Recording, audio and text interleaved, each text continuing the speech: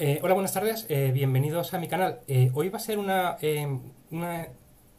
entrevista un poco particular. Vamos a hablar con un filósofo sobre un tema muy importante en nuestro gremio y que ha dado mucho calor últimamente, el de la causalidad. Como este vídeo va a salir publicado también en su canal, voy a comenzar un poco presentándome yo también para que se entienda quién soy y por qué, ¿no? Esto sucede en lugar de no existir, en lugar de no suceder. Yo soy matemático, igual que mi invitado, luego lo contará él, y me dedico, a diferencia de él, a la estadística, ciencia de datos, todas estas cosas. Uno cuando trabaja así como yo, pues le interesa, no sé, estar al tanto de las cosas que suceden en su ámbito, aprender qué está sucediendo en las disciplinas que la rodean, en este caso sería la economía, las ciencias sociales, la física a veces también, medicina, en los ámbitos en que uno debe trabajar, y de vez en cuando también echar la vista un poco para arriba, suele ser útil.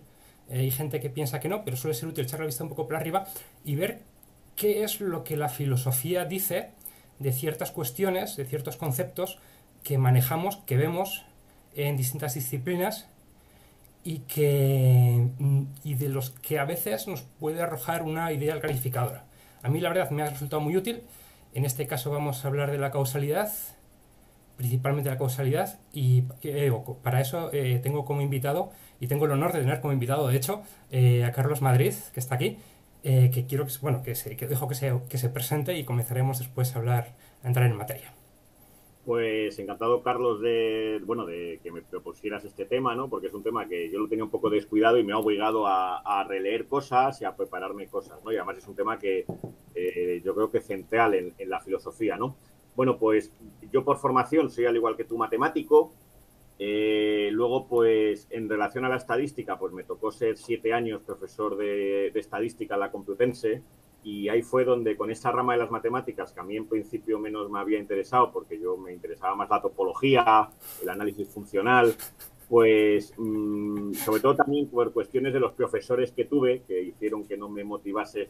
Cuando la tuve yo que enseñar, tuve que decir, bueno, a ver de qué va esto y me voy a intentar enterar bien de cómo se han creado estos métodos y para qué funcionan.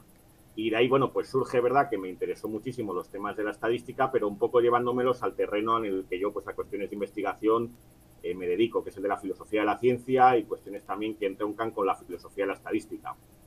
Y, y bueno, yo por eso, por la formación, pues tengo ahí un poco la del matemático de formación, pero que bueno, que luego en cuestiones me dedico más a cuestiones de filosofía de la ciencia, aunque en la vida cotidiana pues, soy profesor de matemáticas. Ah, sí, no, no sabía, no sabía eso. Sí. Vale, O vale, sea, yo vale. soy profesor de matemáticas de bachillerato. Vaya. No, no, no, no, no, no, no sabía. Vale, te he leído cosas por ahí, pero vamos, no, no había investigado así a decir este señor dónde se gana la vida. Pero vamos, bueno, y bueno, la verdad es que tiene una serie de preguntas aquí un poco dispersas o de cuestiones que quería plantear que tienen que ver, porque claro, una de las primeras cosas que uno se da cuenta cuando habla de causalidad es como, y volviendo otra vez al asunto de los conceptos, ¿no? Eso lo Sí. explica la Escuela de Filosofía de Oviedo, lo explica muy bien. Cómo en distintas disciplinas se manejan conceptos, tienen el mismo nombre y más o menos se parecen entre sí, pero realmente en la práctica son cosas muy distintas, ¿no? Y los filósofos tratan de clarificarlas y pulirlas y entender qué son y cómo funcionan en las distintas disciplinas. Una de las primeras cosas que uno se da cuenta cuando habla de causalidad es el distinto impacto, importancia y presencia que tienen en distintas disciplinas. El asunto de la causalidad. Empecemos por decir que en matemáticas tiene cero presencia. No hay causalidad, ¿no? Eso por dejarlo claro. El teorema de Pitágoras no es la causa de que el cateto, o sea, la hipotenusa mida no sé cuánto, ¿no? En función de los catetos. Es otra cuestión distinta. En estadística en sí, en estadística exenta, vamos a llamarla exenta, realmente tampoco. Uno se tropieza con el concepto de causalidad cuando ya va a ciencias aplicadas. Y ahí se encuentra, pues, desde gente que la usa con mucho cuidado, gente que la abusa de ella y tal. Podemos volver a eso después si quieres, pero unas primeras cuando yo estaba mirando desde el punto de vista filosófico el asunto de la causalidad me he dado cuenta de que los filósofos son muy rigurosos en distinguir causalidad propiamente dicha de explicación en general o de razón en algunos casos, ¿no? Eh, eh, Cosa que en la práctica no suele hacerse. Se llama causa a casi cualquier cosa. Y particularmente también aquellas respuestas a la pregunta ¿por qué? De alguna manera se ha vinculado mucho la causalidad a la pregunta ¿por qué? ¿No? Y no sé si... Bueno, realmente una de las cosas que me di cuenta al leer sobre filosofía del asunto es que en las traducciones modernas, es una cosa que no sabía, de Aristóteles, las famosas 4 causas que estudiamos en bachillerato ya no las consideran causas, sino que las traducen como explicaciones, ¿no? Como diciendo, esto no son causas, no vamos a abusar de la palabra causa. O sea, han llegado a cuestionar el uso de la causalidad incluso a un nivel que salpica hasta el temario de bachillerato. Que suele ser, lo que hay en bachillerato suele ser inamovible, ¿no? Porque ahí solo entran cosas ya totalmente destiladas y sabidas, ¿no? Y asentadas. ¿Podrías un poco Sí. explicarnos sobre este asunto? Porque... Pues vamos, claro, el principio sería lo que se me ocurre es por dónde viene la idea de causa, ¿no? Causa viene de cosa, etimológicamente, ¿no? Y tiene que ver pues con un sentido casi de operatorio, ¿no? Cuando uno se pregunta por las causas es como comentabas, ¿no? Cuando se está preguntando el por qué pasa algo, ¿no? ¿Por qué cuando tengo un sistema mecánico y hago algo, pues sucede determinada cuestión y no otra, ¿no? Entonces, la causalidad en principio tiene que ver con eso, ¿no? Lo que sucede es que es verdad que durante buena parte de la tradición filosófica domina prácticamente hasta finales de la Edad Media la teoría de las 4 causas de Aristóteles. Lo que sucede es que a partir de la revolución científica, pues de las 4 causas desaparecen 3, desaparece lo que es la causa material, desaparece la causa formal y desaparece la causa final, y la ciencia se queda únicamente con la causa eficiente, ¿no? El problema es que, claro, la causa eficiente, aunque esto es una cuestión un poco casi hasta teológica, el fundamento de la causa eficiente, el que estaba detrás haciendo que cuando pasase A, pasa B, era, por así decir, Dios Padre. Y el problema es que cuando uno empieza a quitar la figura de Dios, llega Hume, que efectivamente retira la hipótesis de Dios, y lo que dice es que entre A y B lo que hay es únicamente una conjunción. Quiero decir que no hay una verdadera conexión necesaria, que era como se había visto hasta el momento, sino que lo que hay es, o diríamos ahora, una correlación entre A y B. Y es verdad que desde ese momento, aunque hay autores que defienden una concepción fuerte de la causalidad, en filosofía prácticamente desde Hume pues está la visión de Karl Pearson, el padre de la estadística, que es prácticamente junto con los trabajos de Galton y de Edgeworth es el que acuña el coeficiente de correlación y que era tremendamente reacio a hablar de causas. En su libro de filosofía, La gramática de la ciencia, él dice que las leyes científicas no son leyes causales, sino que no son más que como resúmenes ordenados de hechos, ¿no?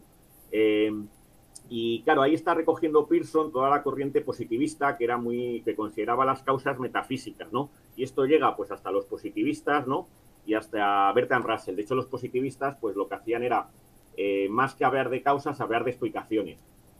Pero yo creo que a partir de la segunda mitad del siglo XX, entre los propios filósofos ha habido un renacimiento del interés por la causalidad y que yo creo que no ha sido ajeno a ciertos desarrollos científicos, como en particular, pues por ejemplo, en estadística, ¿no?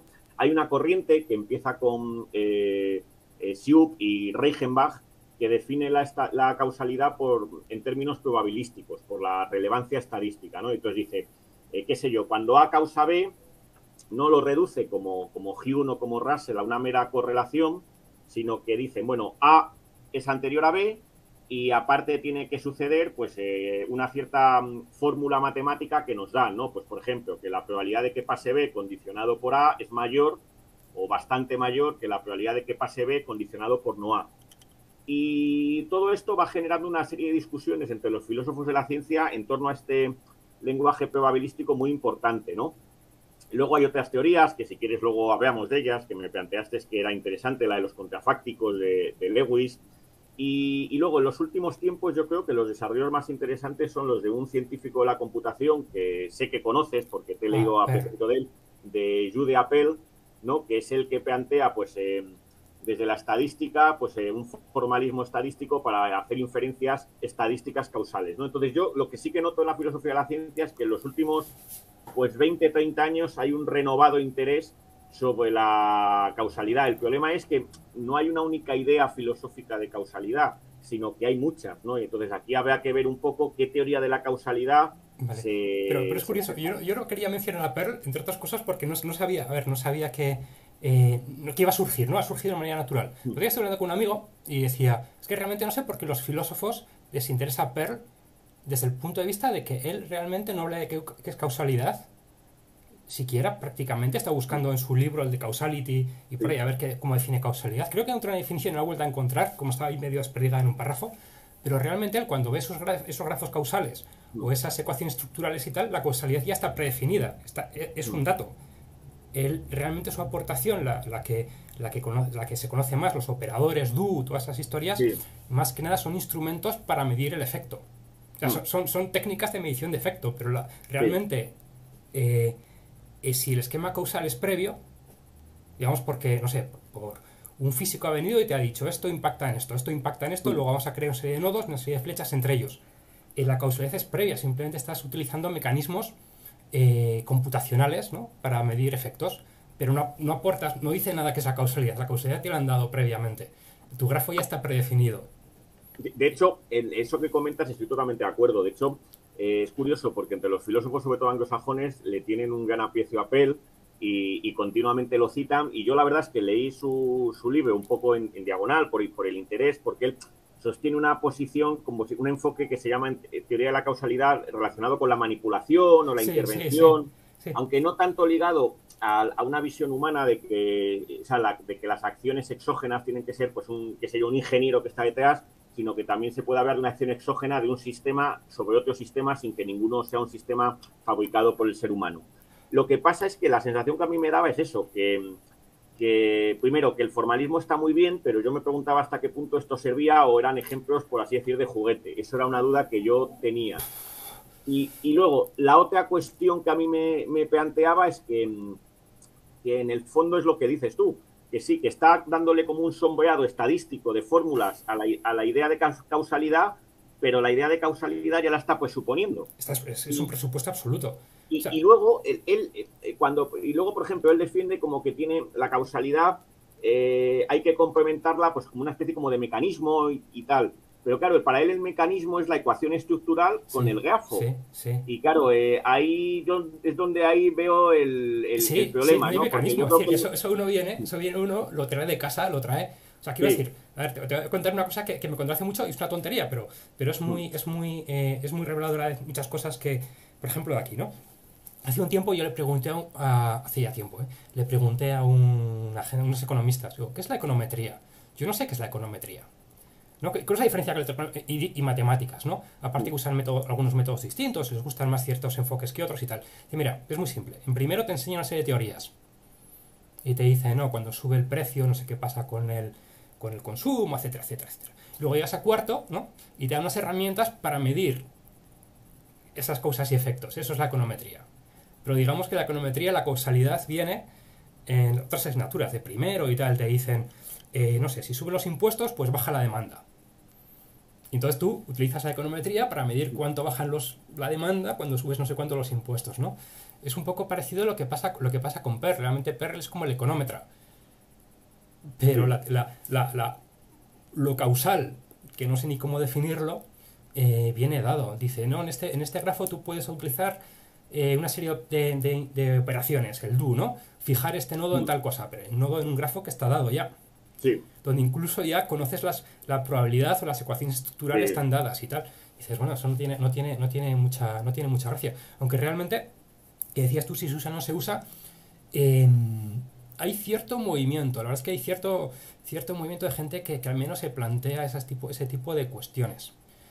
Incluso al modo de Pearl, ¿no? Que no es la única fuente de interés de la probabilidad de la causalidad en ciencia. Es todavía más fuerte la que tiene por la vía de la econometría y de la economía, con los premios Nobel que han dado esta gente hace un par de años, no sé ni cómo se llaman, la verdad, pero la gente que inventó, bueno, que no sé realmente cuál fue la aportación, no quiero equivocarme, pero el método de las diferencias en diferencias y también muchas cosas contracausales y tienen mucho trabajo en esa dirección. No sé exactamente, no sé ni los nombres, o sea, los reconozco, pero no me los sé de memoria. Y tampoco sé exactamente qué decir que hicieron ellos y qué es previo. Pero han entrado mucho por ahí. Están todo el mundo haciendo diferencias en diferencias. en todas partes, creando modelos bueno, que eso se han usado muchísimo previamente también, sin tener que referirse a ellos, los contrafácticos, que ahora me di cuenta de que existe contrafáctico y no contrafactual, yo siempre diciendo contrafactual. Pero sí, no, realmente me sorprendió el predicamento que tiene Pearl en el mundo de la filosofía, porque yo no lo veo.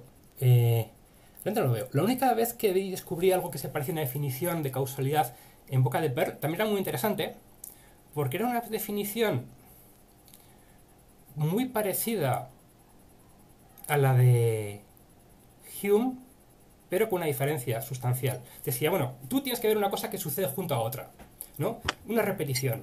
Pero eso lo tienes que observar en muchos contextos distintos. Sí, dice en el tiempo y en el espacio, como que se Y en otros vaya... lugares, y no sé, Sí. el fuego quema, pero el fuego de madera de olmo también la de encina, ¿sabes? Y tienes que verlo con muchos contextos, ¿no? Sí, Que es un poco curioso porque, claro, cuando tú hablas de, por ejemplo, en ciencia de replicabilidad y tal, hemos replicado el experimento, dices, es que no ha salido lo mismo. No es que has cambiado las condiciones iniciales. Es que en lugar de hacerlo con estudiantes lo has hecho con, no sé, el experimento lo has hecho con camareros. Es que sí, ha cambiado. Dice, no, no, es que entonces no hay causalidad. Si esta relación solo se da en mi laboratorio con estos sujetos experimentales y tal, sí. lo que tienes es un, no sé cómo llamarlo, pero no tienes causalidad en el sentido que plantea aquí Pearl, ¿no? Una cosa que se repite incluso, incluso no sé, cambiando condiciones iniciales, un montón de aspectos, de circunstancias alrededor de donde se produce el experimento. Yo sí, si quieres, para ver un poco el contraste con lo de Per, planteo un poco cómo veo yo la idea de la Sí, sí, causalidad, sí, que es por favor. la... Y así vemos, veo un poco lo que yo le veo a Per, que no, que me parecía a mí, claro, él cuando él te plantea el hecho y te plantea la necesidad, él viene a decir de un mecanismo, claro, pero él por mecanismo lo que entiende es la ecuación estructural con el grafo, claro, y eso es algo pues ya formal, ¿no? No es algo que es una fórmula, quiero decir, y la causalidad yo el debate que le veo, el problema que ha tenido, sobre todo en la filosofía anglosajona, es que es un debate, ha sido un debate prácticamente de fórmulas teóricas, donde han discutido con muchísimas definiciones estadísticas, el concepto de relevancia estadística, pero la causalidad, yo creo que si uno opta por esa vía como una vía teórica, probabilista, pues sí, es muy interesante, pero la causalidad tiene un componente, por así decir, material, que desborda ese campo de las fórmulas matemáticas, ¿no? Y entonces eso es un poco, yo creo, lo que la teoría que plantea Gustavo Bueno y el materialismo filosófico. ¿No? Bueno, lo que hace es reivindicar la causa material de Aristóteles. ¿No? Él lo que dice es que ha estado eclipsada la causa material durante prácticamente pues 500 años, desde, pongamos, Hume, y entonces es necesario recuperarla, ¿no? Y entonces, la mayor parte de doctrinas de la causalidad han sido binarias, ¿no? Cuando A causa B, pues se entiende pues, que la relación es una relación entre dos términos, ¿no? Y bueno, lo que plantea es que la relación de causalidad es una relación entre tres términos, ¿no? Donde tiene que haber, pues hay un efecto, que es B, un determinante causal, que es A, pero también está H, esa H que él llama por ile, materia en griego, y que sería lo que él llama el esquema material de identidad o que va ligado a una armadura material, ¿no? Pongo un ejemplo, ¿no? De lo que quiero decir, ¿no? Lo que Bueno está señalando es que para que haya verdaderamente causalidad es necesario que haya una armadura material que conecta, y cuando digo por conecta lo digo en un sentido corpóreo, es decir, por contacto, A con B, es decir, que la bola de billar choque literalmente con la otra, o que, por ejemplo, en el ejemplo clásico de que fumar provoca cáncer, ¿no? No basta para establecer la causalidad encontrar, pues como hicieron los epidemiólogos británicos, que hay una mayor incidencia del cáncer de pulmón entre las personas que fuman, ¿no? Lo que es necesario para inferir la causalidad es encontrar el mecanismo, y esta es la clave. Y el mecanismo es, pues en el caso pues que el humo del tabaco contiene ciertas sustancias que acaban afectando al pulmón y generando pues un tumor, ¿no? Entonces, ese mecanismo por contacto donde se va argumentando el razonamiento físico-químico es, yo creo, lo que hace, lo que señala Bueno, ¿no? La causa material es esa, ¿no? Que hay que dar el mecanismo en cada caso, ¿no? Y claro, esto ya inmediatamente hace que la relación de causalidad, pues que muchas veces se quiere ver en todo, pues prácticamente no esté tan claro donde se ve. Bueno, Por es que... poner un ejemplo, ¿no? Pongo un ejemplo y ya Sí. te permito. ¿No? Habitualmente, desde la revolución científica con Newton, se dice, es que, qué sé yo, la causa del movimiento de la Tierra es el Sol, ¿no? Con la gravedad. Pero claro, el problema era que Newton apelaba a la gravedad, pero no sabía cuál era la armadura material, el esquema material que estaba detrás, porque claro, él suponía que la gravedad actuaba a distancia. Y este es el gran problema, es decir, que si hay causalidad tiene que ser por contacto. Y hay que decir qué es lo que está contactando entre A y entre B, ¿no? Que cuál es el... Que luego ya, pues, con las reformulaciones posteriores, pues se puede decir el mecanismo. Entonces yo creo que lo que hace bueno es llamar la atención de los componentes, no solo, por así decir, nosológicos, sino también ontológicos materiales que hay que determinar en la causalidad. Sí, sí, sí, no, no, a ver, la parte... O sea, hay dos cosas que, decir que quiero decir sobre eso, no que decir hay muchas, ¿no? La primera es eso, la importancia de la parte, no solo una cuestión, no sé, semántica, ¿no? Esto tiene influencia sobre aquello, lo que sea, cosas que podemos opinar, sino encontrar un mecanismo, un mecanismo, encontrar el mecanismo. La parte de encontrar el mecanismo, al que lo quiero volver. Pero había una cuestión que cuando yo leía a Gustavo Bueno, igual lo leí mal, igual lo leí condicionado por lo que yo sé. Me pareció que ese esquema de identidad que estabas comentando y que escribió Sí, por otras partes, parecía el contrafactual. Porque él lo dice en algún ejemplo. Dice, tienes un móvil que se está moviendo, ¿no? sí, Rectilíneamente. Entonces, pues, o sea, inercialmente. Pum, pum, pum. Ese es el esquema de identidad. El esquema de identidad es que sigue esa trayectoria. Y luego sobre ese esquema de identidad actúa una causa y una fuerza y hace que se gire. Pero realmente yo interpretaba, o quería interpretar mucho, y por eso también dije, esto es muy interesante desde el punto de vista de la causalidad, que ya está postulando este elemento que viene a ser un esquema de identidad, un contracausal, ¿no? Igual me estoy equivocando y no estoy O interpretando... sea, el análisis, o sea, yo creo que el ejemplo que das lo voy a reformular. O sea, efectivamente, bueno, pone ese análisis, en el sentido de que el esquema material, pero fíjate, él dice esquema material de identidad, con lo cual no puede ser ni mucho menos mental, quiero decir, No es e puede ser mental. inmediatamente él dice que el esquema material de identidad, que él llama H por lo de Ile, ¿Mm? tiene que tener una armadura material. Entonces, el ejemplo que él pone es el ejemplo pues, de la mecánica newtoniana, ¿no? Donde el esquema material de identidad es el movimiento inercial. Y entonces, por la acción de una aceleración, de una fuerza, de la gravedad, se produce el desvío. Entonces, ahí lo que está haciendo la causa es romper el movimiento inercial. Pero el movimiento inercial no en el sentido qué sé yo, de la línea recta, por así decir, mental, sino que él lo está planteando en el sentido del movimiento efectivo que ha llevado, qué sé yo, el planeta o el móvil hasta que ha sido desviado, ¿no? Quiero decir que habría que verlo como una trayectoria real. A mí me gusta más el ejemplo que en algún momento pone también él de las bolas de billar, ¿no? Que es el ejemplo clásico de Hume, ¿no? Si la bola de billar A va hacia la bola de billar B, cuando impacta, mueve a B, ¿no? Entonces, ¿cuál era el esquema material de identidad ahí? Pues era el reposo que tenía la bola de billar B con respecto a la mesa de billar, ¿no? ¿Bien? Quiero decir, porque ahí lo que está ahí actuando es la mesa de billar, que es lo que permite precisamente que se dé el choque de A y B. Claro, Vale, pero si dices que el reposo es el esquema de identidad, lo que estás diciendo es contrafactual. Si hubiera habido otra bola que le impacta, veríamos eso. Veríamos reposo de la bola B.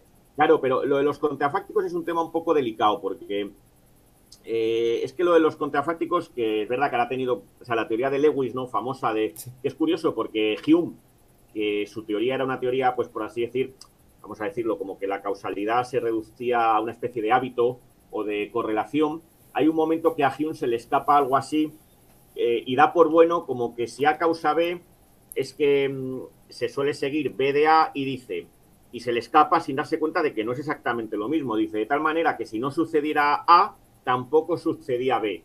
Y lo cual no es exactamente equivalente. Claro, el problema de los contrafácticos es que en filosofía es como definir la semántica de esos contrafácticos. Entonces, la teoría esta de Lewis es la de los mundos posibles. Claro, y eso ya nos mete en unos Sí, problemas. sí, sí, sí. O sea, eso parece que estás leyendo cosas muy raras, para no Entonces, entrar en eso, ¿no? eso de los mundos posibles, desde nuestro punto de vista, no hay más mundo posible que en el que estamos, ¿no? Entonces, la única forma de ver los contrafácticos no metafísicos, imaginándose que hay un mundo paralelo donde no se ha dado A, sería pues por la reiteración de los movimientos. Quiero decir, lanzo la bola de billar A sobre B unas veces da, otras veces no da, y entonces el contrafáctico es el otro lanzamiento que tengo en la mente porque el primero no ha sucedido. Vale, bien, pero por ejemplo, en el caso del móvil en línea recta, es bastante natural pensar, no sé, habría que ser muy escéptico para decir, no sé qué va a pasar si no aplico una fuerza, ¿no? Hombre, a ver, el problema también es que lo del movimiento inercial, pensar que el movimiento inercial continúa indefinidamente, Bueno, pues al menos un ratico más, al menos 10 segundos más o 5 segundos más, tampoco sí. indefinidamente, ¿no? Tampoco es algo que nos horripilen y pensemos que Dios, Mm. no sé, que estás inventando cosas muy raras, ¿no? Claro, pues que esto enlazaba mucho, de nuevo, pues con cosas que hacemos nosotros en estadística típicamente, ¿no? Nosotros podemos hacer contrafactuales todo el tiempo. O sea, por ejemplo, unos proyectos que tuve hace poco, pues calcular la temperatura de un transformador eléctrico en Mm. función de la temperatura externa y la carga de trabajo y tal. Y ahí tengo un montón de contrafácticos. Yo puedo decir, Sí. ¿qué hubiera pasado este día si en lugar de estar al 100% estuviese al 50%? Y es una cosa muy natural de hacer, muy sencilla. Cojo mi ecuación, mi fórmula, meto los datos, en lugar de 100% de carga pongo 50 y tengo mi contrafáctico. Claro, pero el problema es que ahí estás pues, suponiendo la fórmula, claro, quiero decir Bueno, no, y que... la calculo a partir de datos, pero en cierto. Y bueno, y funciona bastante bien, Claro, funcionaría pero bastante bien. imagínate un contrafáctico en un hecho histórico. ¿Qué sentido tiene? Vale, porque ese es otro mundo un poco distinto. Es un poco Claro, un es mundo que distinto. Se ahí ya... especula, es literatura pura, ¿no? Pero yo, por ejemplo, lo que dice Perla en algún momento, dice: Mm. yo soy un ingeniero, veo un diagrama de unos circuitos eléctricos, y yo soy capaz de saber qué va a pasar si en este punto entra una corriente. Sé que vas a encender un LED allá lejos, Mm. porque veo un cable y tal. Yo soy capaz de especular qué va a pasar, aunque materialmente no haya tocado eso, porque veo que está conectado un punto con el otro, ¿no? Claro, pero lo sabe porque en su formación ha hecho experimentos análogos. Quiero decir, lo que Vale. quiero decir es que ese no es como que estamos experimentando con un mundo paralelo, sino que lo que Por estamos más supuesto, no es un bien... mundo paralelo, no es un mundo paralelo. Yo no pretendo que es un mundo paralelo. No, lo que quiero Yo decirte solo es que digo, más yo solo bien digo, el contrafáctico se basa en experiencias pasadas que ha tenido el ingeniero. sí, sí, por supuesto, por supuesto. Quiero decir que las está proyectando, quiero decir, pero que siempre está proyectando como si dijéramos a partir de lo que sabe. Quiero decir, por eso te ponía el ejemplo histórico, porque el ejemplo No. histórico, Sí, ahí ya sí que ya no puedes experimentar nada. sí, Claro. es mucho más peliagudo y no quiero entrar en eso en absoluto. Hablo de cosas un poco más llevaderas, ¿no? O sea, un poco más de andar por casa. Y de hecho, por ejemplo, si haces modelos actualmente, ¿no? Muchos modelos que se utilizan en banca para conceder créditos o incluso, voy a prender la luz para a ver cómo se ve, o incluso para, no sé, conceder la renta básica universal y cosas así, ¿no? Sí, Se exige, ¿no? Que se puede empezar a exigir que el afectado o el beneficiario pueda solicitar, ¿no? Preguntar la causa. ¿Por qué usted me la denegó? Y al fin y al cabo es un ejercicio contrafáctico 100%. Está en la legislación. Decirle, si sí, usted tuviese, no sé, un grado de discapacidad más alto que el que tiene, solo un 10%, si usted no sé qué, no sería como que no estoy de acuerdo que se haya llamado causa, pero se entiende como causa. De nuevo, porque responde al por qué, ¿no? El vínculo de la sí. pregunta por qué con asociarnos sin saber que hay otro tipo de. O sea, que no solo son causas las respuestas a la pregunta por qué, hay otro tipo de Claro, contestaciones. que pueden ser razones. De hecho, en el ejemplo este que das, podría ser la razón, quiero Sí, decir, sí, sí, porque es seguramente efectivamente, es efectivamente. el funcionario tiene pues una serie de normas que lo que hace es pasar por ese mallazo a una serie de individuos y los va clasificando. Sí, Entonces, claro, lo que le está diciendo es, si usted hubiera sido, en vez de el individuo X y usted hubiera acabado pues en esta otra clase, ¿no? en esa otra clase, sí. Pero Sí. en ese caso es totalmente real. Quiero decir, cuando la ley es un modelo, Hmm. es ley positiva. Quiero decir que si usted hubiera sido así, Sí, el contrafáctico es real, ni siquiera hay que probar ni nada. Usted habría caído en este otro grupo y usted habría recibido o no la ayuda, ¿no? Ahí hay contrafáctico, no sé, un modelo, que en este caso sería prácticamente real. Quiero decir que no es una cosa que aprende a la experiencia ni nada, simplemente usted ha caído en esta categoría. hmm. O sea, yo el tema de los contrafácticos, los casos que planteas, yo creo que tienen que ver sobre todo con que lo que se está determinando es la relación del caso que desconocemos con casos análogos, que es los que nos han permitido juzgar en situaciones parecidas. Claro, el problema es que los contrafácticos, si uno acepta, por así decir, la metafísica que tienen detrás, claro, hay casos históricos de, qué sé yo, ¿qué hubiera pasado si Putin no hubiera invadido Ucrania? Pues Sí, claro, sí, sí. ahí ya No, pero directamente es por que... ejemplo, nosotros para medir, cuando estábamos trabajando en el ISTI, que hacíamos modelos de muerte, bueno, el modelo famoso del ISTI de Momo y tal, estuve trabajando en él yo, en su época. Pues ¿cómo sabes cuánta gente se ha muerto de COVID? Pues cuánta gente se muere en marzo de un año normal, ¿no? Sí, sí, En un año normal, pero claro, en un año normal que no existe, o sea, no existe el año 2020. Tienes que hacerlo, sí, construirlo sintéticamente porque hay sí, una tendencia creciente y tal, y dices, bueno, tienes que sí. crear un contrafactual sintético, que es lo que hacemos siempre, para ver que esto, incluso previamente, ese modelo se había usado para medir el efecto de las olas de calor, Sí, donde ni siquiera está muy claro cuál es el contrafactual. O sea, ni siquiera está claro, o sea, no está claro cuál es la realidad, cuánta gente se muere realmente de calor. Todas las estimaciones que hay de muertos por olas de calor en verano son resultado de un modelo que simplemente resta lo observado lo que podría suceder en un caso hipotético de que no hiciese tanto calor, una ola de calor, por ejemplo, ¿no?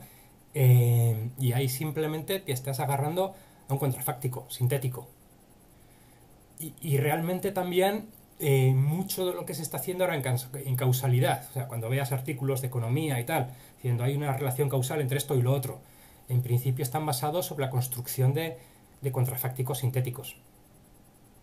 Pero sí, todo. lo que sucede es que desde nuestro punto de vista, yo de a lo mejor ahí lo que tenemos más bien son explicaciones o razones más que causas, ¿no? Porque habría que encontrar el mecanismo que conecta una cosa con otra.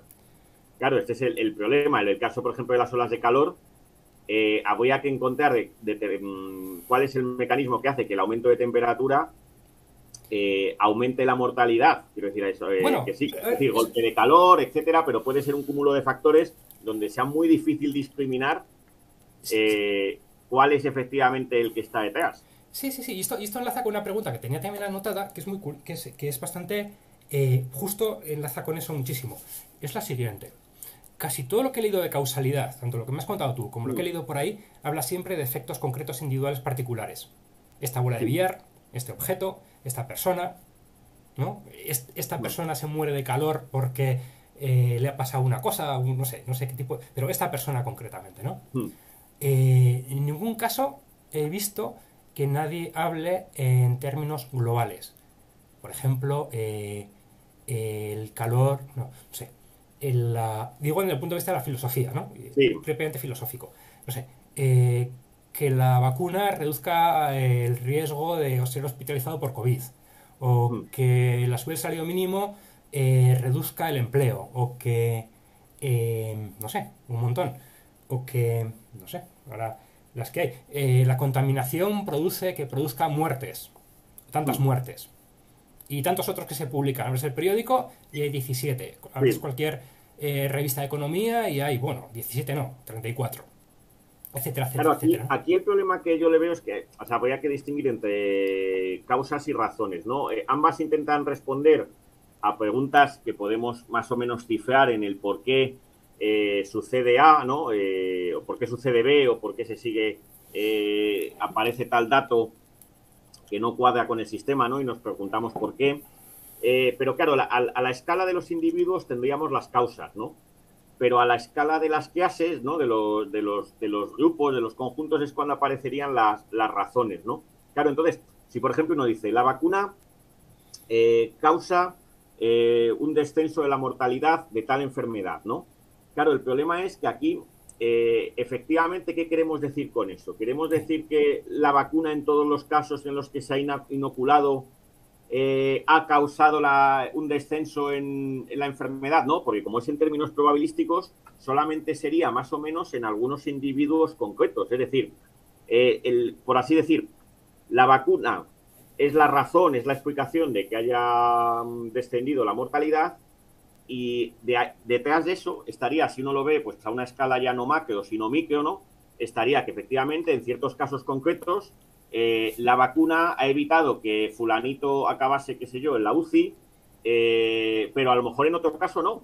Quiero decir, el problema, yo creo que aquí estamos otra vez con el problema de la probabilidad, ¿no? que son tendencias probabilísticas que no aseguran en ningún caso certeza. Y entonces, por eso la causa tiene que ser en individuos y en máquinas o en mecanismos concretos. Yo no lo veo tanto, o sea, yo creo que hemos llegado a una conclusión muy próxima y no exactamente la misma. Y de nuevo veo que tiene sentido hablar de causa en términos micro. A esta persona concreta le afecta positivamente, a esta también, a esta no, a esta le deja igual, a esta no tiene ningún efecto, a esta no sabemos por qué no se vacunó, a esta lo vacunaron mal, no sé, menos dosis o lo que sea, son cosas concretas, ¿no? Y luego cuando tú dices o globalmente o tratas de medir globalmente, lo que estás haciendo es una especie de censo. Es un censo. Es contar casos que sí, casos que no. Y la diferencia. Lo cual nos dice cosas acerca de la vacuna propiamente, ¿no? Sí. Que es mejor o peor. Puedes comprar una con otra haciendo eso. Sí. Pero también nos habla mucho de la población en la cual haces el censo.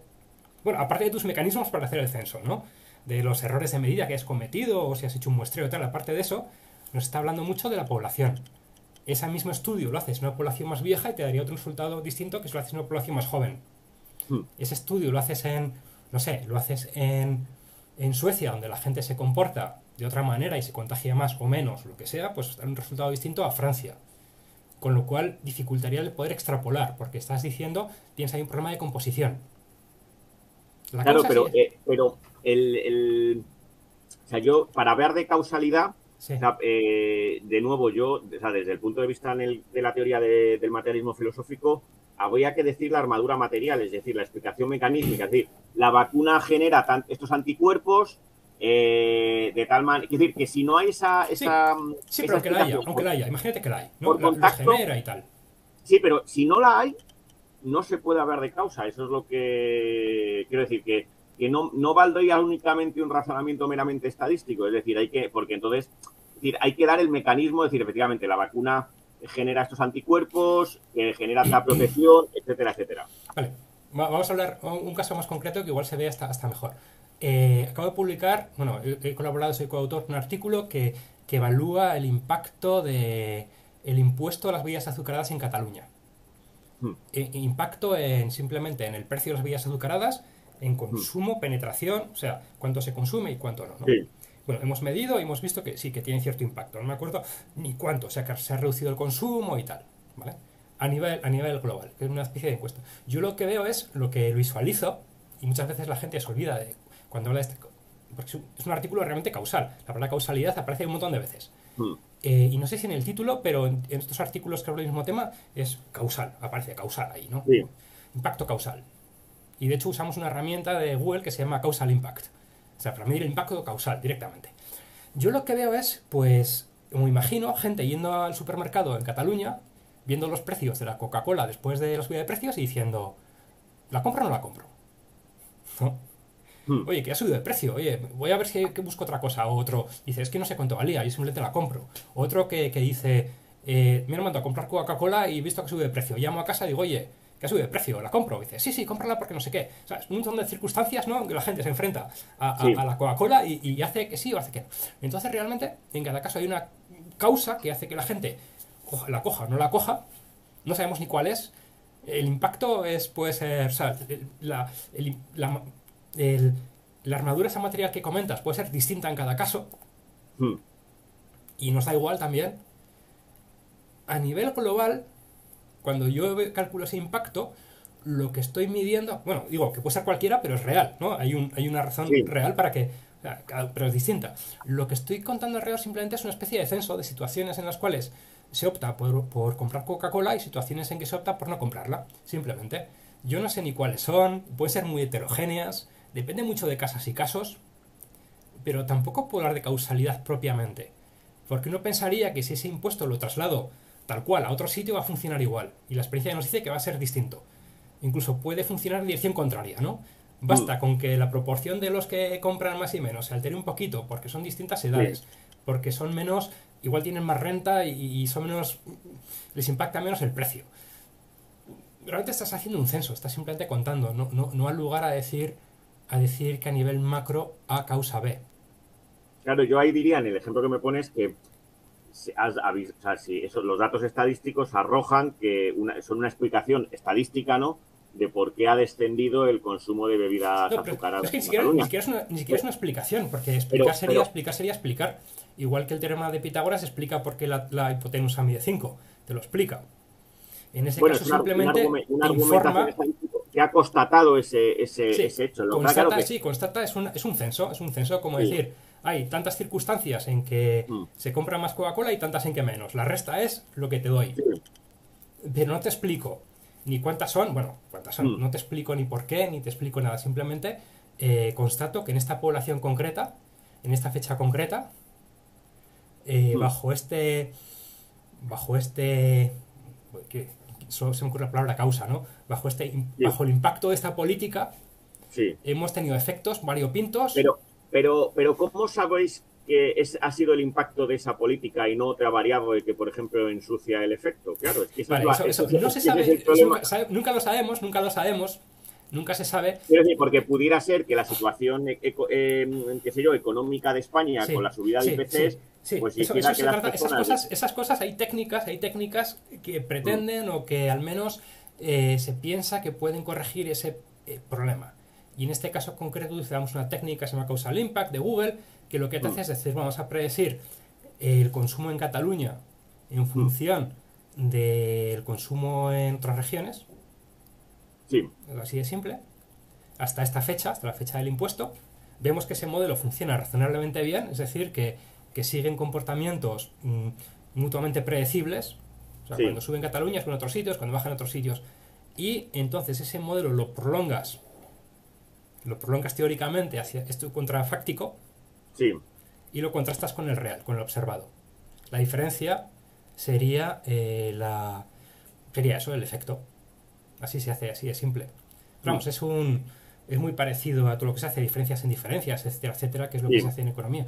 Claro, a veces controlas por variables, tienes que meter variables de control y después puedes discutirlo hasta la saciedad, todo lo que está sucediendo allí. Mm. Se puede discutir hasta la saciedad, pero en principio está basado en eso, en contrafácticos. En Claro, contrafácticos. yo el problema que veo es que efectivamente lo que comentas, ¿no? Hasta qué punto se puede hablar o no de causalidad ahí, que la política ha sido la causa del descenso del consumo de bebidas.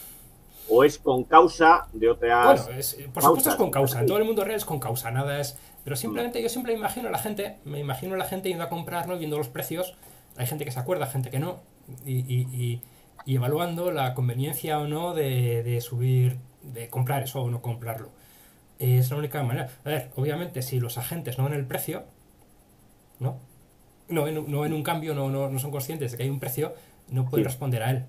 A mí es que me sucede con esto, creo que, o sea, cuando hablamos de causalidad, una de las preguntas que planteabas era la diferente extensión en diferentes ciencias. Claro, Sí. entonces hay ciencias, qué sé yo, como donde donde pueda haber experimentos y manipulación, yo creo que se puede hablar de causalidad en un sentido fuerte, pero en otras ciencias, y sobre todo ya cuando nos vamos, qué sé yo, a cuestiones que tienen que ver, qué sé yo, pues desde las ciencias sociales o la psicología, hay que cogerla, cuando se habla Sí. de causalidad, hay que coger con muchas comillas lo que se hace, ¿no? Yo, por ejemplo, un caso que conozco bien es el del cambio climático, ¿no? Cómo hacen la atribución causal, ¿no? Y entonces, qué sé yo, la evolución de una variable climática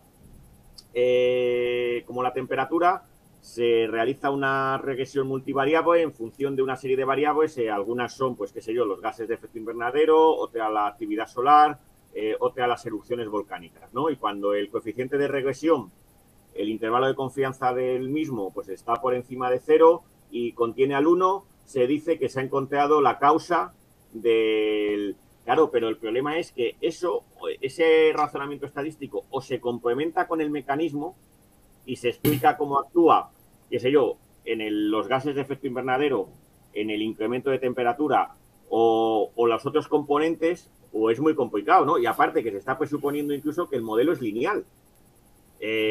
O que incluso se conocen todas las variables que afectan a la temperatura. Quiero decir, la verdad es que me genera a mí, desde la doctrina de la causalidad del materialismo filosófico, creo que hay mucho cuidado con el uso que se hace del término causa, ¿no? Sí, no, Por por ejemplo, supuesto. en el caso del cambio climático, cuando hay un mecanismo fundamental de la evolución que es los aerosoles y prácticamente no se conoce muy bien cómo es su mecanismo, pues hablar de que se conoce la atribución causal, pues la verdad es que sí, tenemos unas evidencias estadísticas muy importantes, que no hay ni mucho menos que despreciarlas, pero es verdad que de ahí a pensar que tenemos una atribución causal, como por ejemplo la que se pueda establecer, qué sé yo, en física de partículas, cuando uno puede, qué sé yo, lanzar el protón o una fuente de protones una y otra vez y replicar el experimento, pues es que es muy diferente. Es decir, aquí yo diría, la importancia también de la armadura material va ligada a la importancia del experimento, de poner, manipular las cosas mismas, ¿no?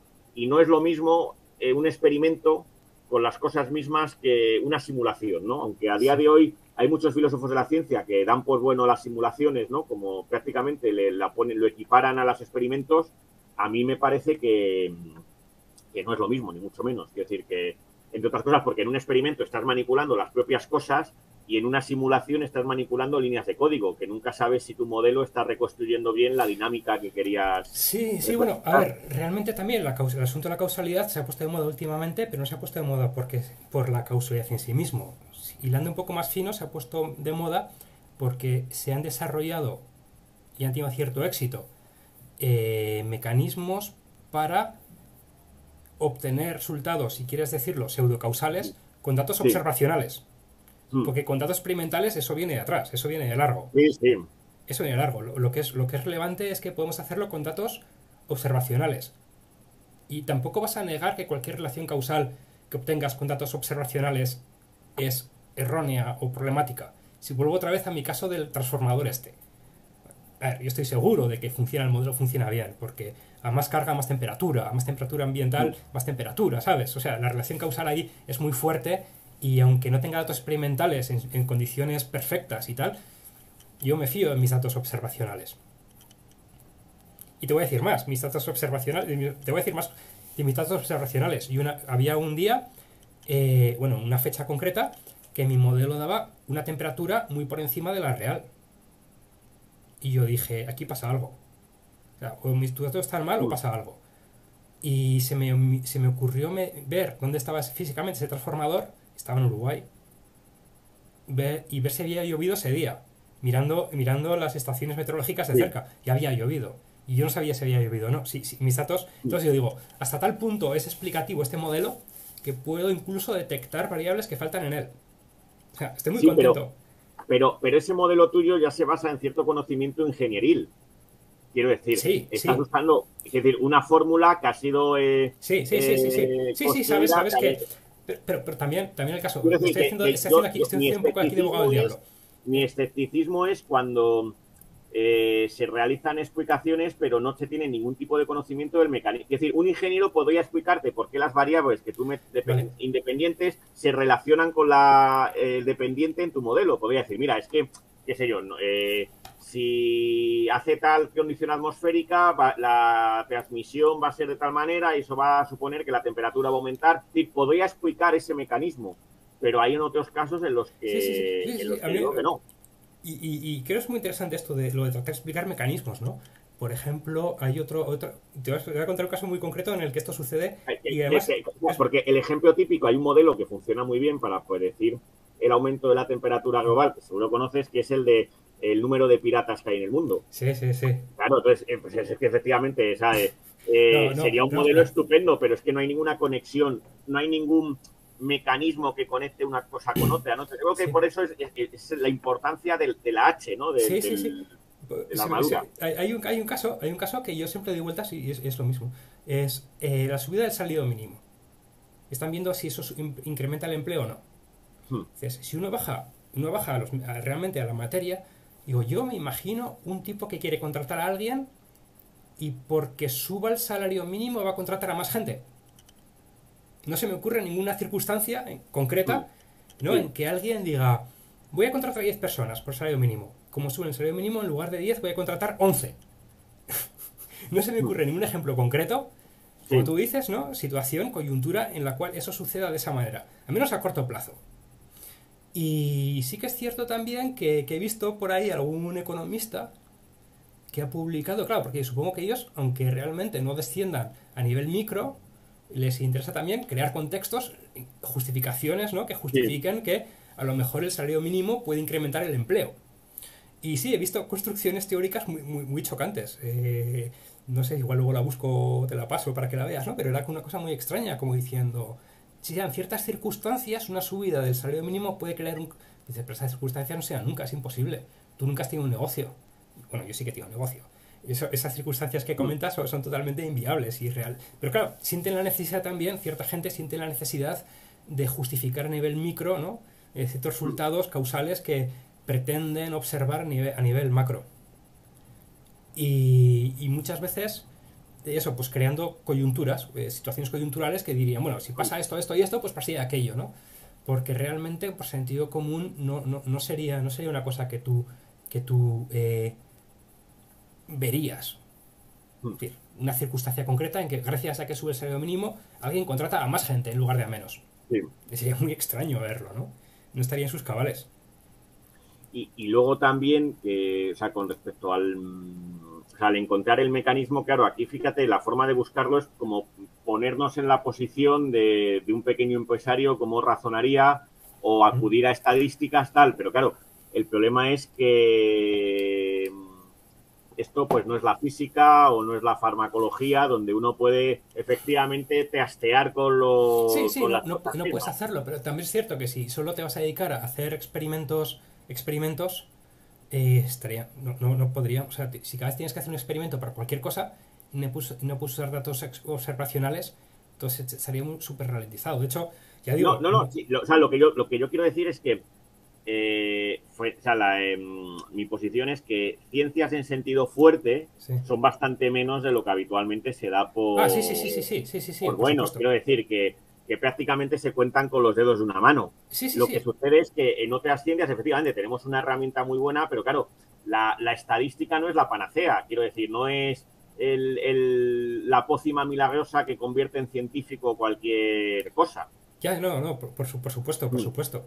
Y sí, las discusiones que tengo yo por Twitter con gente que, sobre todo con la chavalada que les das una cosa que se llama difference in difference, o sea, el D&D, ¿no? Las diferencias en diferencias, y con eso encuentran causalidad por todas partes. O sea, una de las últimas que vi fue un tipo que descubrió causalidad de A sobre B, no voy a decir ni que es A y sobre B, no voy a decir ni que es A ni B. Encontró usando las mismas técnicas en dos países distintos, lo que pasa es que en direcciones opuestas. A causa B y A no causa B, causa lo contrario de B. Y lo publicó el mismo tipo en dos artículos de economía en el mismo año y no se citaba mutuamente. Madre mía. Sí, es súper divertido. Es súper divertido, digo, tío. A ver, has encontrado aquí una cosa espuria, totalmente espuria, que una relación, bueno, has medido una presunta relación causal en dos, que en un caso va para arriba y en otro caso va para abajo. En las dos me pones unos parrafitos explicándome por qué. ¿Has encontrado lo contrario? Eres la misma persona, el mismo autor, el mismo año y no te citas mutuamente, ni para decir, pues en España pasa esto y en Italia pasa lo contrario. No, pero es que se ha convertido prácticamente muchas de estas herramientas, pues el tonto, el martillo, el tonto. Y curiosamente, olvidando muchas veces al que es, por así decir, nuestro padre, ¿no? Que es Fisher. Que Fisher es precisamente el que pone a punto el diseño experimental. Sí, Quiero por decir, eso, todo el diseño de experimentos. Quiero decir que a veces hay una concepción últimamente con todo esto, por lo menos tú seguro que lo conoces mejor, porque yo, claro, mi visión es más la de estoy más tangencial, ¿no? Con todo este tipo de cuestiones del Big Data, del aprendizaje automático, ¿no? A veces me pregunto a dónde han quedado pues los viejos conocimientos, pues eso, los métodos que Fisher puso pues para la agronomía, que es y él, de cierto modo, lo que estaba haciendo era medir efectos causales. Cuando un fertilizante lo ponía en tal plantación y generaba o no diferencias con el que tenía al lado. Entonces, ese tipo de cuestiones yo creo que... Esos son datos experimentales que son muy distintos, bueno, y eso se sigue haciendo y se hace. O sea, es muy caro. Sí, pero que yo creo que ahí está el núcleo fuerte de la estadística. Ya, lo que pasa es que como no siempre puedes hacer experimentos ni puedes permitirte el lujo de hacer experimentos, pues muchas veces toca hacer cosas con datos observaciones. Sí. A ver hasta dónde dan de sí. Y claro, a veces dan de sí y a veces es puro ruido.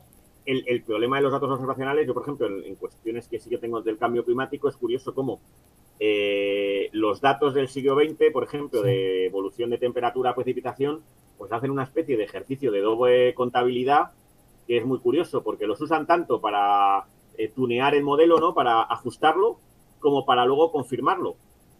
Y dices, pero bueno, pero ¿cómo podéis hacer estos mismos, o sea, usar los mismos datos para poner a punto los parámetros del modelo? Sí, el Y ajuste. luego el modelo deciden si es bueno o no, evaluándolo con la Sí, serie histórica de esos mismos datos. esos mismos datos. Entonces, claro, al final nunca sabes si el modelo que, por ejemplo, refleja la evolución de la temperatura global lo está haciendo bien porque efectivamente ha reconstruido bien la dinámica climática, o porque los parámetros están ajustados de tal manera que ocultan los errores estructurales. Sí, bueno, eso es muy típico. Yo siempre, a veces lo tengo escrito por muchos sitios. El resultado de un análisis estadístico, o sea, el resultado, es el modelo. Si Hmm, tú creas un modelo, por ejemplo, del impacto del alcohol en la salud, y ese modelo no tiene término independiente, o no tiene una posibilidad, tiene un umbral cero, pasa por hmm, cero y dices que el alcohol es malo es la primera gota. Pero eso no es un resultado. No es un resultado. sí, Tú fuerzas a tu línea a ir por el cero, pues va por el cero, sí, ¿sabes? O sea, tiene una sí, pendiente. Claro, interpola entre el abstemio y el borracho y te dice la primera hmm, gota de alcohol tiene un efecto. Dice, bueno, hmm, hay modelos que tienen un umbral, ¿no? O sea, sí, hasta cierto nivel. El impacto es cero y hmm, luego crece. Porque es cierto que el cuerpo tiene cierta tolerancia a cualquier tipo de tóxico. O hmm, prácticamente a cualquier tipo de tóxico, ¿no? No hace prácticamente ningún efecto. Entonces, pues eso, el resultado es el modelo. Cuando te dicen, no, es que el alcohol tiene efectos negativos, es la primera gota. No estás predicando nada del alcohol, ni estás predicando nada sobre otra cosa distinta que tu modelo. hmm. Y ya está. Vamos, pero eso lo puedes discutir, bueno, cuando sabes un poquito. Cuando a la gente le cuentas eso, pues dice, bueno, pues lo acepto, será así, ¿no?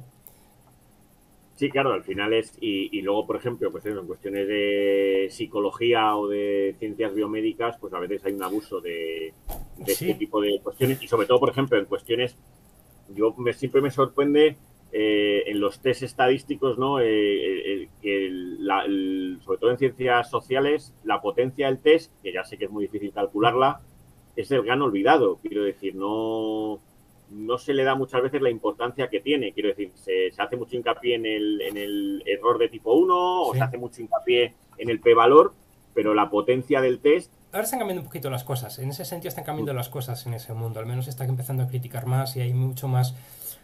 Ha habido tantos problemas de replicabilidad y tal que la gente está prestando más atención. Pero ahora que mencionas eso, hay otro asunto que creo que no te lo comenté, y eso, fíjate, es casi el motivo por el cual me quedé enganchado un poco en la filosofía de Gustavo Bueno fue por el asunto de mm, la Simploqué. O sea, mm. simplemente vi una pequeña nota Sí, sobre eso y dije, esto es súper interesante. Además lo relaciono mucho con la estadística, ¿no? sí, Directamente. El concepto de la Simploqué, en el cual dice, bueno, no todo está relacionado con todo, pues no podríamos tener ciencia, tampoco es que nada esté desvinculado de todo, ¿no? sí, Simplemente lo que tú tienes cuando estudias un fenómeno, pues está relacionado con una serie de cosas, pero hay un corte, puedes cortar y mm, decir, y ya está, y puedes estudiarlo porque es un mundo al menos manejable, accesible y tal. mm, Yo lo relacioné precisamente a través, bueno, el modelo lineal. Tienes un modelo lineal y dices, yo estoy estudiando la variable i en función de x1, x2, x3 mm. y ya está. Y el resto de las variables que existen en el mundo van a mi epsilon, a mi error. Tampoco es un cambio, un corte así como Sí, diciendo a lo binario, sí, sino. Y el resto de las cosas están en epsilon. Y epsilon es pequeño manejable, suficiente como para poder decir algo sobre i. Y dices, vale, estupendo. Y claro, después he descubierto que hay áreas del conocimiento enteras donde no rige la simploqué. De hecho, hay un filósofo que es filósofo, es psicólogo metido en filosofía de la ciencia, Paul Mill, y que tiene acuñado este concepto del cruz factor, que lo llama así cruz factor, y es que tiene un montón de variables que han recogido de tipo psicológico, pero miles de varias personas, mm, y todas tienen correlación con todas. O sea, no encuentras ninguna manera de descorrelacionar aquello. sí. Tienen mucha más relación, todo está relacionado con todo. Es una violación del libro del principio de la simploqué. Y todo eso también explica, por ejemplo, pues eso, en ciertas áreas de la psicología, pues no tienes replicabilidad. Es, Claro, es un- yo ahí el problema lo analizaría de la siguiente manera, ¿no? Efectivamente, o sea, la noción de causalidad, la idea de causalidad, primero, no se aplica a todo, pero tampoco es inexistente. Es decir, habría ciertas, por así decir, regiones de la realidad donde la causalidad, pues sí que tiene pertinencia, ¿no? Y luego está el problema, efectivamente, de cuando ya estás metido en un problema concreto, de dónde dar el corte, ¿no? Y aquí, bueno, ponía el ejemplo y otra vez es volver a lo mismo, la importancia de que la causalidad no es una relación binaria de A a B, de probabilidad de A respecto a la de B o viceversa, sino de que es una cuestión de una relación ternaria, ¿no? Donde hay que meter el H, la causa material, la armadura, ¿no? El ejemplo que muchas veces ponía bueno es el de, qué sé yo, estamos levantando un objeto con una palanca, ¿no? Entonces, claro, si empiezas a tener en cuenta la fuerza de tu brazo, que también tiene que ver a través de la energía de las moléculas de ATP, etcétera, luego además que te apoyas en la Tierra, que la Tierra gira, pues evidentemente no das en ningún momento el corte, ¿no? Sería prácticamente, no podrías dar ni 2 pasos, ¿no? Entonces, aquí lo importante sería que la relación de causalidad no es solo el levantamiento con la fuerza, sino en el contexto de esa H, del aparato, del mecanismo, ¿no? Que en este caso es una máquina simple, que es la de una palanca y su fulcro, y donde da igual que la fuerza la hagas tú con el brazo o que la haga un animal o que la haga un motor, ¿no? Claro, aquí el problema es que en estas cuestiones que me planteas de psicología o tal, ¿dónde está H? Es lo que yo preguntaría. Claro, y es que a lo mejor el problema es que no podemos determinar efectivamente el mecanismo. Por lo tanto, a lo mejor lo que tenemos efectivamente son un montón de asociaciones causales que vienen pues de la observación de una serie de datos, pues una cantidad, un volumen enorme, pero no tiene por qué haber una relación de causalidad entre esos datos, claro. Vale, y bueno, a ver, ni siquiera estoy hablando de causalidad, sino simplemente decir, cuando haces la inspección primera de decir hasta dónde, qué variables necesito, ¿no? Y voy a coger la que más se correlacione, para estudiarla siquiera. Sí. Dices, ¿dónde corto? Porque en el caso a lo mejor de un modelo, el modelo que dice la palanca y tal, dices, bueno, enseguida corto. Yo puedo cortar rápido. Y decir, bueno, el resto de las variables importan poco. Importa poco la temperatura ambiental, algo sí, pero poco. Sí. Igual que si hace más calor, tiro menos con menos gana. Pero poco. Sí. Pero si tú estás en un sitio donde quiero relacionar, quiero encontrar lo que llaman los drivers, ¿no? Los mecanismos que hacen que algo. Y todo está relacionado con todo. Y no encuentras, no puedes decir, lo esperaría sería, no sé, esperarías que hubieras unas pocas variables que estuvieras relacionado con algo. O incluso otro ámbito en que aparece lo mismo es en genética. Cuando yo estudié genética, empecé a estudiar cosas de genética computacional hace años, la promesa era que a lo mejor pues para detectar una enfermedad pues verías que hay 4 o 5 genes que están ahí operando sobre ella y que los detectarías rápido. Dirías, cogerías una célula sana o unas células sanas, las compararías con las enfermas y dirías, estos 5 genes son los causantes de o los relacionados con este tipo de leucemia. En la práctica no sucede así. En la práctica veías un montón de ellos relacionados con todo. No podías dar un corte de nuevo y decir estos sí, estos no. Claro, también porque, pero claro, aquí el problema yo vuelvo a insistir y dirás que soy un pesado con el mecanismo, claro, el problema a lo mejor es la suposición de partida genética, ¿no? Cuando ahora sabemos que hay toda una cuestión de cuestiones epigenéticas que también influyen en eso, con lo cual no se puede acotar todo a los genes, vale, ¿no? Entonces lo estás explicando todavía más, porque me estás diciendo, aparte de haber muchos genes involucrados, encima hay cosas por fuera. Eso no simplifica, sino lo contrario. Pero vamos, que hay disciplinas enteras en las que parece no regir el principio de la simple qué. Y luego pasa lo que pasa. Es decir, que pasa lo que pasa, quiero decir que resultados que no replican, ¿sabes? Pero fíjate, dice, parece no regir, pero claro, estamos hablando al nivel de la clase. Si cogemos un individuo concreto, ahí ya la simple o qué empieza a poder funcionar, quiero decir, porque ahí ya sí que vamos a tener, qué sé yo, un individuo que tiene, qué sé yo, pues que o tiene o no tiene la determinada enfermedad, ¿no? O tiene o no tiene esos componentes genéticos, ¿no? Y ahí sí que va a ser mucho más fácil pegar el corte. Yo creo que el problema es sobre todo el salto de la escala individual, que es donde puede aparecer la causalidad, a la escala de nuevo de la clase, que es donde ya estaríamos pues al nivel de las razones, de las estructuras. Sí, no, es una manera muy interesante de decir, mira, no buscamos causalidad, a lo mejor no se puede hacer nada globalmente, ¿no? No podemos estudiar no sé, un sujeto abstracto o la psicología de un sujeto abstracto, aunque a lo mejor sí podemos estudiar la de uno concreto. Aunque tampoco sé cómo... Claro, ahí tampoco Claro, habría... pero en el caso de uno concreto hay ya pues cuestiones que ya no tienen a lo mejor más que ver, tanto que ver con la epidemiología o con, qué sé yo, con la rama de la biología que sea, sino con, qué sé yo, la medicina interna, la fisiología. Sí, sí, sí. Es decir, ya serían otras ciencias que curiosamente ya no operarían tanto mediante la estadística, ¿no? Sino mediante por contacto. Qué sé yo, le hago una radiografía, le hago una ecografía, le hago un análisis de sangre, es decir, ya los procedimientos, las metodologías serían totalmente otras. Serían curiosamente metodologías que se parecen de nuevo más a las experimentales.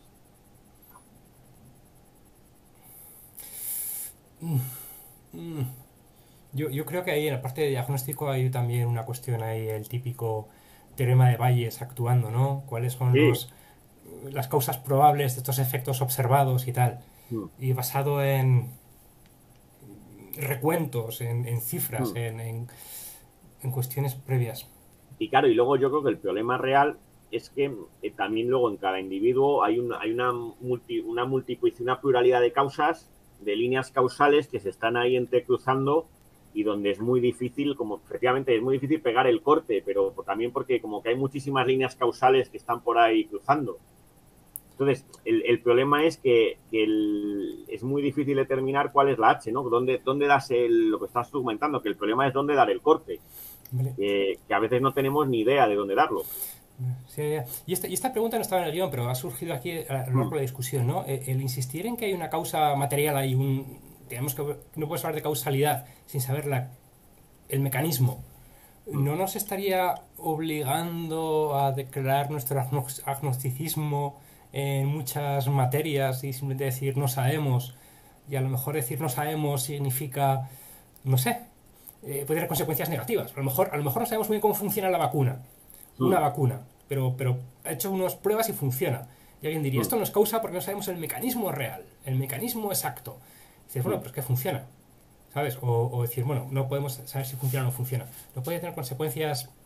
Claro, pero bueno, ahí por ejemplo, en teoría que a lo mejor no podemos hablar de causas, pero sí de razones. Quiero decir, por ejemplo, en mecánica cuántica, que es una de la Sí, física cuántica, tiene una capacidad predictiva enorme, ¿no? De hasta el noveno decimal, sí. pues para algunas cuestiones, ahí no podemos hablar de causas. Prácticamente la causalidad en mecánica cuántica, y no tanto por cuestiones, sino porque no hay cuerpos. Quiero decir, de nuevo la causalidad parece, es una de las cosas que mantiene bueno al nivel de los cuerpos. Y claro, las paradojas cuánticas muchas veces tienen que ver con que tendemos a concebir los electrones, qué sé yo, los protones como si fueran bolitas, ¿no? Como si fueran bolas de billar. Y el problema es más que esto es algo que, por ejemplo, también lo sostenía mucho Niels Bohr, ¿no? Es tanto a lo mejor de nuestra obsesión con querer ver las partículas cuánticas a la escala de los cuerpos, que funcionan como si fueran cuerpos cuando no son cuerpos, son otro tipo de objetos que están dados a otras escalas. Y en mecánica cuántica, sin embargo, aunque no hay causas, hay razones y es una ciencia con una capacidad predictiva enorme. Entonces, quiero decir que el hecho de que no podamos saber de causas no tiene por qué ser negativo. A lo mejor Bueno, a podemos ver. hablar de razones. No, pues es razones y efectivamente. Pues, no hay que ir sin mecánica Ahora bien, cuántica. tampoco te oculto que en muchísimos temas científicos yo pienso que pues muchos los ignoramos y los ignoraremos. Quiero decir, Sí, por por eso mucho digo, que... ignoramos la causa, pero podemos utilizarla, podemos usarla, ¿no? Aunque desconozcamos la causa o no nos debe preocupar, porque si son razones, bueno, hay cosas que son razones y no producen ningún tipo de Claro, problema. pero también puedes usarla, pero a lo mejor luego no sale bien. Ah, Quiero decir, es como, por ejemplo, ahora cuestiones que se plantean con respecto al cambio al cambio climático, ¿no? Es muy curioso, ¿no? Porque se está intentando que se reduzcan las emisiones de gases de efecto invernadero, ¿no? Pero claro, si se reduce la quema de combustibles fósiles, da la casualidad de que también va a reducirse la cantidad de aerosoles en la atmósfera. Con lo cual, lo que se va a producir en la temperatura al principio es un efecto rebote. Al haber pocos aerosoles en la atmósfera como consecuencia de haber eliminado la quema de combustibles fósiles, la temperatura global se disparará.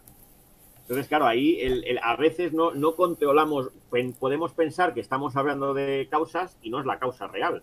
Lo bueno, cual, sí, claro, sí, sí, por supuesto, por supuesto. el problema es, claro, que aquí entraría más, pues qué sé yo, la teoría matemática, la decisión, ¿no? De que hay que tomar pues una decisión, aunque ante la gravedad del problema que uno tiene delante. Sí, sí, sí. A ver, tú vuelves otra vez al asunto del cambio climático, pero hay una causa, yo la llamo la monocausa omniexplicativa. Fíjate, que es la Mm. desigualdad. La desigualdad Sí, es la causa de...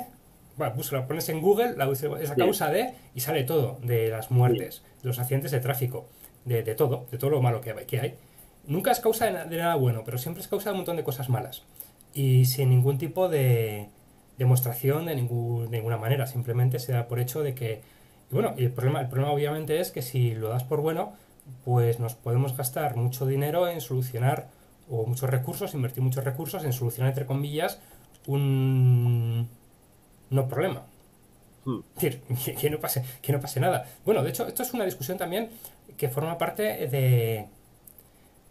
o sea, el aviso sobre la causalidad, no lo hemos mencionado hasta ahora, la crítica de Lucas, ¿no? Que es de los años Mm. 70. En Sí, economía, este Lucas dijo, bueno, cuidado con atribuir efectos causales a ciertas cosas que después no lo son, que realmente no lo son, sino que son consecuencia de. ¿No? mm, Habría que hablar aquí de confusores, mediadores y otro tipo de historias, pero hay cosas que parecen ser causas, no lo son. Tú consigues con mucho esfuerzo manipularlas, esperando que tengan un efecto y luego sí. no lo tienen. ¿no? Obviamente, conocer las razones materiales de estos efectos nos evitaría ese tipo de problemas. Pero por otro lado, el decir ciertas cosas que no conocemos la causa, es decir, no vamos a hacer, no vamos a operar, no vamos a utilizarlo, vamos a hacer como que no existe, simplemente porque desconozcamos el motivo, yo creo que sería una posición demasiado extrema. No, no, yo, o sea, yo no digo que no se juegue, pero claro, hay que saber que se está jugando a aprendiz de brujo. Quiero decir que puede ser que, claro, la ciencia, es que me estaba recordando esto que comentabas a un cuento, una novela de Conrad, que ahora no recuerdo, en la cual iba un barco por África, ¿no? Y entonces el negro que estaba encargándose del motor, ¿no? Continuamente echaba carbón. Y la razón por la que él pensaba que echaba carbón es que dentro era el barco, había un dios, No, y ese dios necesitaba ser alimentado constantemente por carbón, y que entonces cuando le alimentabas estaba contento y se movía. Claro, efectivamente su teoría funcionaba, pero por las razones totalmente por razones equivocadas, ¿no? equivocadas. Pues Bueno, sí, claro, el problema aquí es que efectivamente, a lo mejor hay que, ante determinados problemas hay que actuar, ¿no? Pero no hay que perder de vista, ¿no? Que a lo mejor uno está actuando por las razones equivocadas si no conoce el mecanismo que conecta, pues el determinante causal con el supuesto efecto. bueno, pero en ese caso al menos conseguía el efecto adecuado, es decir, ahí funcionaba, aunque lo hacías por Sí. razones equivocadas, funcionaba. Mm. Está bueno, es la versión distinta, la otra versión de este problema es el del, ¿cómo era? ¿Cómo se llama? El culto del cargo, el cargo cult de Feynman. Ah, En la tienes isla razón. aquella donde cuando estaban los Sí, americanos allí, pues hacía un tipo así con unas banderas, aparecía un sí, avión lleno de comida.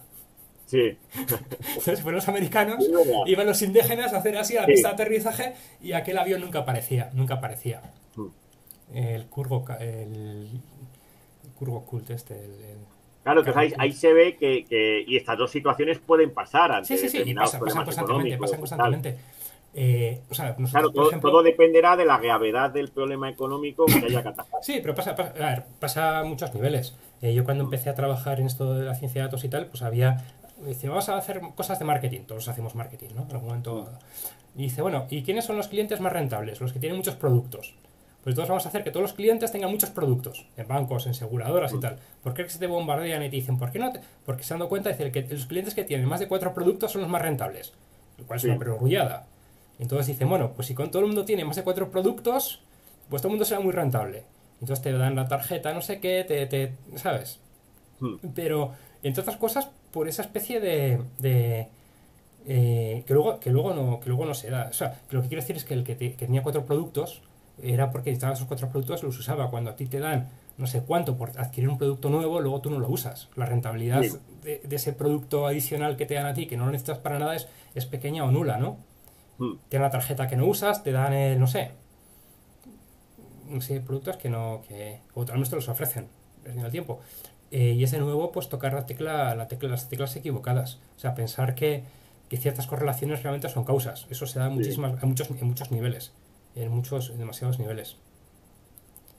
Y sí, de hecho, sí, conocer los mecanismos causales sería bueno, muchas veces no se puede. Hay un tipo, no sé cómo se llamaba, lo tenía que revisado porque sospechaba que iba a salir. Este es un médico inglés que puso las nueve indicios de causalidad. Publicó una vez. Es médico, ¿no? Desde el punto de vista de la medicina. Mm, Hacía cosas como, por ejemplo, pues, no sé, pues que haya proximidad física, que claro. haya plausibilidad médica o Mm, científica, no es plausibilidad, que a más A más B, ¿no? Que si incrementas el tamaño de la causa, pues incrementa el tamaño del efecto.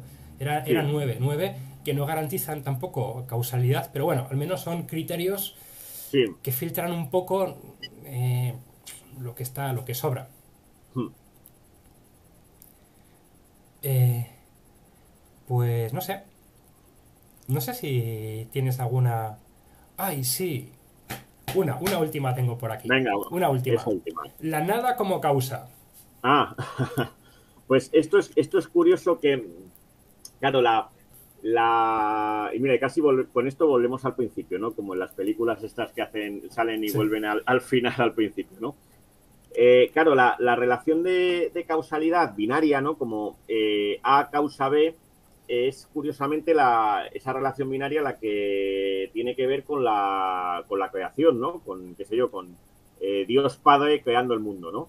Pero claro, en el momento en el cual, tal y como entendemos nosotros la causalidad, desde la entiende Gustavo Bueno, desde materialismo filosófico, y metes la H, o sea que ahí tiene que haber una causa material detrás, ¿no? Pues esa idea de la creación desde la nada no tiene sentido porque no hay H. O sea, no hay un sustrato material a través del cual A ejerce en B, ¿no?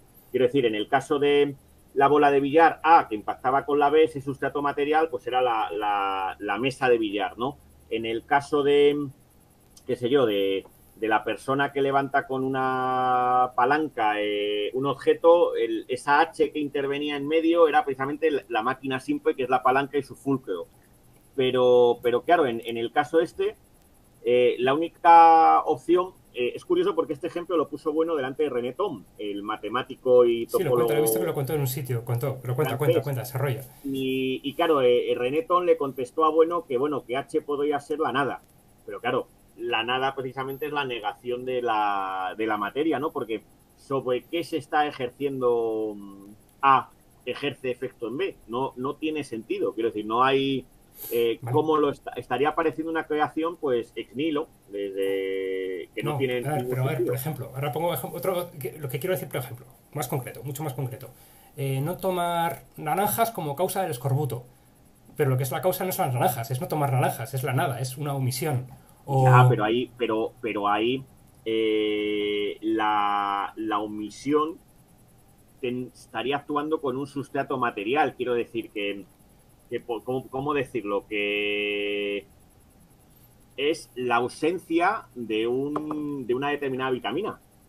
sí, Pero, sí, sí, pues pero ya supones no la hay vitamina una potencia que... Casi todos los ejemplos que se plantean, casi todos los ejemplos... Esta cámara me está matando. Hay alguien que ejerce una potencia, ¿no? Un algo. Y en este caso dices, bueno, es la nada. La nada, partimos de la nada. Simplemente no sucede nada, alguien simplemente no toma naranjas y tiene una enfermedad. Y todo el mundo dice, la causa del escorbuto es eh, el no tomar naranjas. Pero claro, ahí el mecanismo causal sería la falta de la vitamina. Quiero decir, la H tendría que Sí, ver, o sea, el esquema material de identidad tendría que ser, pues, lo que se ha roto es, por ejemplo, el nivel de esa vitamina en el... Se parece un poco el ejemplo que pones, que por cierto es muy bonito, al del movimiento, ¿no? Con la acción de un campo gravitatorio que desvía el objeto, ¿no? En este caso, la acción es no comer naranjas y lo que se está rompiendo es el nivel de esa vitamina en el cuerpo humano. Pero claro, tiene que haber ese nivel antes. vale, vale. Y otro ejemplo que también se usa la causalidad. Dices, no estudio, o sea, no apruebo el examen porque no he estudiado. Realmente tampoco está sucediendo nada previamente. Y la gente sí que habla, igual es una cuestión simplemente semántica, puede decir que es una razón, ¿no? Pero sería preocupante, bueno, sería preocupante. El problema empieza cuando dices, bueno, voy a crear Claro, una pero variable. el ejemplo ahí, fíjate, yo es que Lo vería más bien al revés, que la relación originaria es que si estudio... Sí.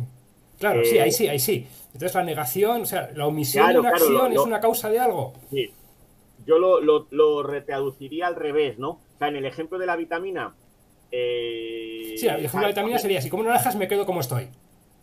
claro, aquí en el ejemplo sería, pues que si no estudias, podríamos decir, claro, pero aquí el problema se complica porque hay que definir algo así como un nivel de conocimientos. Bueno, nuestros pedagogos dirían Bueno, que vale, es... pero sí, pero lo he puesto, Nuestros lo he pedagogos puesto que para les encanta, entendernos. Lo dirían, podemos concretar todo lo que queramos, pero para dirían las entendernos, competencias, ¿no? Entonces, claro, si tú no estudias, tu nivel de competencias va bajando. Ahí se está rompiendo el esquema de identidad. bueno, no, igual tienes buena, igual lo que haces es repasar Por todos los cierto, días lo que esto que sabes, estás, pero no pasar de hoja. esto que estás mencionando es curioso porque hay uno de los últimos filósofos, yo creo que es norteamericano, que se interesó mucho por la causalidad, es Wesley Salmon. Se preocupó, era el neopositivista prácticamente, ¿no? De los que se preocupaba mucho por la explicación más que por la causalidad, y la segunda parte de su vida dijo, pero bueno, pegó un giro total y se empezó a preocupar mucho por la causalidad. Y es muy interesante porque él también plantea que la causalidad no es una relación binaria, sino ternaria.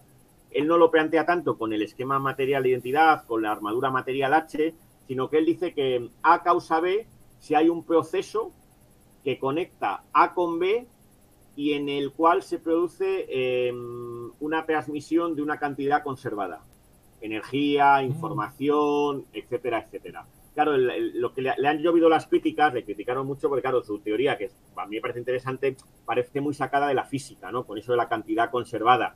En biología no se explican tanto por cantidades conservadas, sino por mecanismos farmacológicos o del tipo que sean, ¿no? Pero yo iría igual, ¿no? Aquí voy a que en cada caso siempre hay un mecanismo o algo que conecta A con B, mientras que si efectivamente quitamos todo, nada, de la nada nada sale. Bueno, Vaya. no digo nada, estoy haciendo un examen, Sí, hay una cosa muy sí, concreta, ¿no? Pero la gente diría, esta persona no ha aprobado porque la causa es que no ha estudiado y lo dirían así. Y eso tenía consecuencias, ¿no? Consecuencias, te sí, castigarían. Pues tu sí. padre te dejaría sin postre por no estudiar y cosas así, ¿no? Como realmente como que ha habido una causa realmente. Eh, no sé si, bueno, terminamos, lo dejamos aquí, porque me has dicho que tenías cosa que hacer ahora Sí, o... ahora ya tengo que hacer alguna cosilla, es a las 8:30. Vale, no, lo estaba atento al reloj. Sí. Vale, pues... Y nada, pues bueno, yo creo que hemos barrido Sí, hemos prácticamente tocado todo muchas el fin cosas, de la verdad. semana. Ha ido, no sé, creo que está tocado todo lo que tenía aquí planteado. Sí, yo, o sea, tengo aquí delante tu correo y prácticamente sí, o sea, yo, así, pues, lo que se me ocurriría decir para cerrar es, pues eso, ¿no? Que es curioso cómo, pues, incluso, pues, los científicos, sean del campo que sean, ¿no? En el manejo de sus conceptos científicos, pues, al final, si manejan la noción de causalidad, pues, antes o después chocan un poco con las cuestiones estas filosóficas, ¿no? Sí, sí, por supuesto. Y al final es incluso hasta inevitable, sobre todo en ciertos campos como los que mencionabas, la economía, las ciencias sociales, la política, pues plantearte, pues eso, las diferentes teorías que hay filosóficas de la causalidad. Porque claro, tiene mucho que ver con lo que uno luego puede esperar o no del modelo. Sí, sí, sí. Bueno, pues muchas gracias y bueno, pues no sé cómo se cierra esto. Ha sido un honor, un placer muy grande tenerte por aquí. Igualmente, A ha sido ver un si cuando placer saco también. esto y a ver, no sé, a ver qué dice la gente de este vídeo. La verdad es que causa bastantes, he hablado con bastantes personas y querían todos ver. Algunos han dicho lo contrario, ¿eh? O sea, y algunos me decían, no, pregúntale tal, pregúntale cual, a ver, o trata este tema, y que sea. Alguno me decía, pero ¿para qué hablas con un filósofo? ¿Cuándo los filósofos han arreglado nada en este mundo? Y yo le decía, no, es muy interesante porque te da una perspectiva, el asunto es la perspectiva. O sea, no te cierran los problemas, pero es mucho mejor que te los abran, ¿no? Que te Y planteen la bueno, pregunta. y luego que todos somos filósofos. Quiero decir que No, pensar, o sea, tú mismo ahora cuando me estabas planteando las cosas estabas haciendo filosofía. bueno, sí, sí, pero Quiero bueno, decir la espontánea esta que de la cual luego os mofáis un sí, poco. No sé quién ha hecho no sé qué, jajaja. Me refiero a hablar con alguien, ¿no? Que tenga, cuando digo filósofo, pues eso, que haya mm, reflexionado ya sobre ciertos temas, ¿no?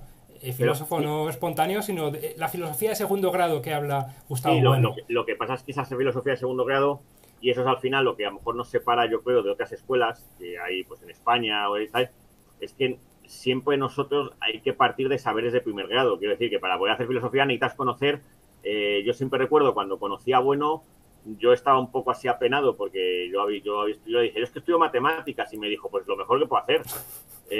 Bueno, en las clases lo primero que hacía, era conocido que era muy hueso, era explicarles lógica y derivadas y tal en filosofía, porque tenían que saber un poco de cómo funciona el mundo, pues para poder entender algo de filosofía. Y claro, y al final te das cuenta de que es básico. Quiero decir que... Y entonces, bueno, siempre decía que lo primero que tenía que hacer, uno no tenía que estudiar la carrera de filosofía, que eso ya lo podía hacer luego, sino lo fundamental era estudiar o matemáticas, o biología, o etología, lo que fuera. Bueno, pues un placer muy grande y... No, y ya está. Y bueno, y a los que han aguantado, el que haya aguantado hasta aquí, pues lo agradecemos mucho también. Que ha sido casi una hora y media, me parece, digamos, por ahí más o menos. Es un logro. Es un logro. Si alguien le ha llegado hasta aquí, que me lo diga y le invito, cuando vaya en Madrid, lo invito a un café o algo, prometido, ¿eh? A todo aquel que haya llegado hasta este momento, que me tome la palabra que yo a Madrid está invitado a alguna cosa, ¿vale? Bueno, y gracias también cuando nos veamos a ver si lo mismo. Bueno, pues que vaya muy bien, hasta luego. Muy bien.